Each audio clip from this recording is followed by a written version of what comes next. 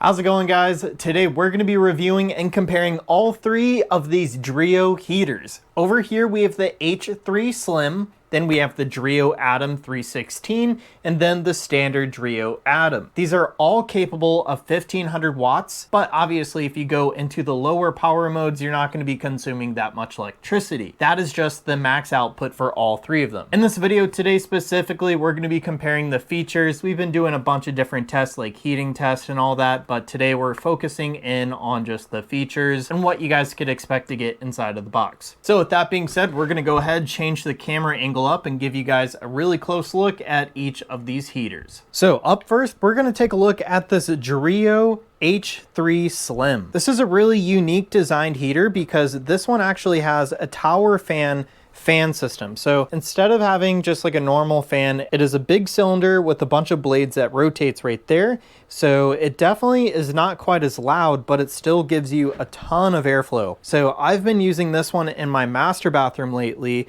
because it gives off a lot of heat and it also doesn't take up a lot of space. So it fits my bathroom nicely, but it still is a very powerful heater. So up here on the top, we have all of our settings, and there's actually one setting missing on the top that's on the remote that they give us, and it's this mute button for the beeps. So when I turn this on, it beeps. You could turn that off, and then when you go and touch the controls, it won't wake anyone up. I personally like that feature though, so it lets me know like if it actually scents my hand, so I usually keep that on. Let's go through all the settings real fast. All of the settings should be somewhat similar on most of these with a couple differences. So we're gonna power this on again. Right now it is on the fan mode. You could tell because there's a fan icon. Then if we press it one more time in the center, we're on the standard heating mode. So this is going to be the max heating mode, H3. We could go down to H2, a nice medium. And then finally the lowest setting, H1.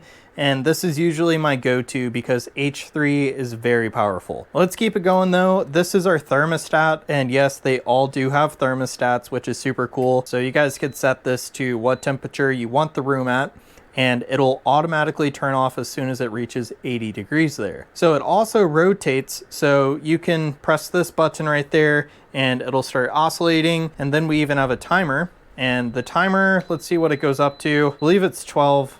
And yeah, it's 12 hours at the max. So I'll definitely take a close look at the timers on all of them to see if we can notice any differences. But real quick, let's move over to the back. We have a nice handle here. Oh yeah, and I do want to point out when you guys power it off, the cooldown time's only 15 seconds now on this heater versus the other heaters I'll show you, I believe are all 30 seconds. Other than that, there's really not too much more to go over for this Dreo H3 Slim. Let's go ahead and keep it moving. All right, our next heater. This is a really interesting one. I love its shape and it's really small, but still offers a ton of airflow and good heat. So this one does not rotate, which was kind of surprising to me. It just looks like a heater that would rotate, probably because it is a cylinder. But yeah, this heater just stays still. So on the top here, let's go ahead and turn it on. This one might actually be a little louder than the other one just because of its different fan design, and I'll show you in just a moment. But we have the 3 hot settings. Then we could go there and do the thermostat just like before. Then we have the timer, and this one seems to go up to 12 hours just like the other one. So if you guys wanted to though, you guys can mute it. So now it shouldn't make any noise.